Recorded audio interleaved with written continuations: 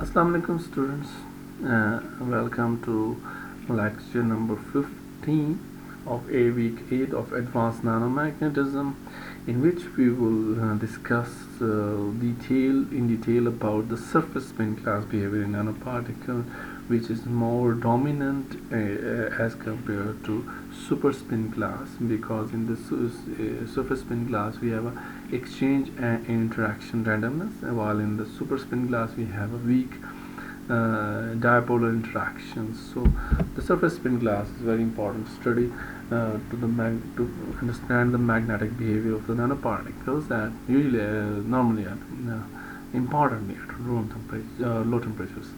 So as you already know, if we reduce the size of the nanoparticles, they will be in single domain, and we have a blocking behavior, and we also have a super paramagnetic behavior. Below the blocking TB we are in block state, and above the TB we are in the super paramagnetic state. And in the last lecture, as I told you, there can be two types of spin class behavior. One is the super spin class, and the other one is the surface spin class. Super spin class occurs when we have a frustration among the nanoparticles huge core spins, not on the individual nanoparticles, and they are diluted in some non-magnetic or magnetic matrix, even in magnetic matrix. So on the other hand, the surface of the nanoparticle can also have a spin glass behavior, which is due to disordered and frustrated magnetic moments on the surface of the nanoparticles due to the dangling bonds and so on. So in this lecture we will study about the surface spin glass behavior in nanoparticles. So the particles here we have taken example of microwave plasma prepared megamite nanoparticle, which are very small in size, and they were prepared by microwave plasma synthesis. Here is the XRD, T and TEM of the nanoparticles. So in last three lectures, I think it's much better for you to read the research papers, and because it will be helpful for you to if you are going in the nanomagnetism research, it will be helpful for you to make a research proposal for your further research studies. So here is the TEM image of megamite nanoparticles in the figure A of TEM. You can understand this bar is 10 nanometer, which means that the scale is 10 nanometer in this picture, and you can see the average size is about 6 nanometer and this is plotted in the inside of the figure, which can be done by using a software. And the other figure of TM is at 2 nanometer scale, very close, and you can clearly see the nanoparticles having the very good crystalline quality. You can see the atomic planes even at that magnification. On the left hand side you can see the XRD pattern of these nanoparticles. Due to the very small size, the peaks are broad, and the XRD was taken with so much averages, and the peaks in the XRD tells you about the crystalline quality of the nanoparticles, and the broadness shows that the nanoparticles are in the very small nanometer range. So zero field magnetization of these nanoparticles is presented in this figure. You can see the peak in the zero field cool curve occurs at 75 Kelvin, which belongs to the average block temperature of the nanoparticles, and field cool curve is flattened below the TB, which shows that there is a possibility of the spin class behavior or particle interactions within these particles. So this model we have already understand in our previous lecture, in which we have two lectures about calculation of low field susceptibility. These are the two same equations was taken from that, There were two contributions from the superparamagnetic particles and the Bloch particles at the same temperature. The log normal distribution is taken for the diameter, and there was also some literature. You can read this literature, very famous paper in 2002. By using these two equations, we can simulate our experimental curve, which is shown by black black triangles, solid triangles, and the hollow red spheres are the simulation one. You can see the simulation works very good for the zero field cool curve. However, there is some deviation in the simulation simulated field cool curve and the experimental field cool curve. And you can see there are also some parameters. The K effective comes out about into 10 to the power 5 erg per cc, and but actually it is 10 to the power 4 erg per cc for the bulk. So increase in K effective for the nanoparticles due to the surface anisotropy.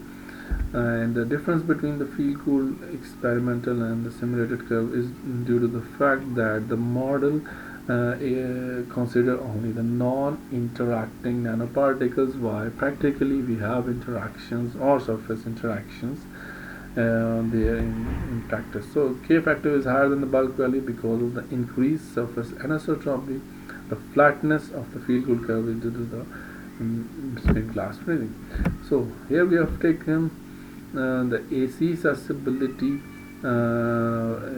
Here the figure shows the in-phase part of AC susceptibility at different frequencies. If you have a change in frequency, change in curve, or change in blocking temperature with the frequency, you can have a chance of spin glass behavior. Here in this system, we don't have a separate peak for the spin glass, which may be due to the overlapping of spin glass and broad blocking peak. However, the change in the TB with the frequency can be investigated by using the Neal relaxation law, as shown in the insert of the second figure, and which gives very unphysical values of spin flip time, which is equal to here 10 to the power minus 18 seconds, which is very unphysical because we know for the nanoparticles or even for the atomic spins, the minimum can be 10 to the power minus 12, not below that. So it is unphysical, and the energy barrier is also very high, 3000 Kelvin, and normally the activation energy or the anisotropy barrier, because we have a blocking temperature in the below 150 Kelvin, so activation energy cannot be of 3000 Kelvin. So this law, Neal-Arrhenius law, is failed because the Neal-Arrhenius law is valid for only non-interacting and without any frustration the nanoparticles. So if you have a frustration in your nanoparticles, just like spin glass, then the Neal relaxation model is not valid for it.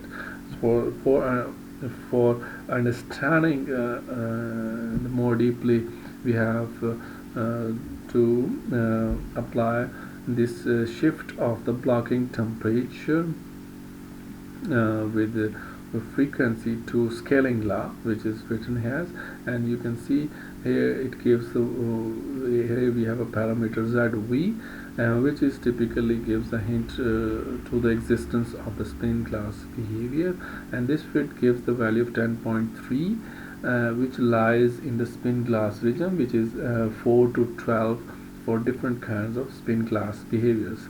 And also T naught is equal to 70 Kelvin, means which is maybe the spin glass transition temperature, and tau naught is similar to the tau tau steric is similar to tau naught. Here we use tau steric because it's different from the atomic spin flip. We have a nanoparticle spins and in which the huge core spin is is relaxing, which takes more time than the atomic spin flip time, which is usually 10 to the power minus 9 to minus 12. Here we have a minus 6, so it takes so much time to relax the spin, which is also hint for the spin class system.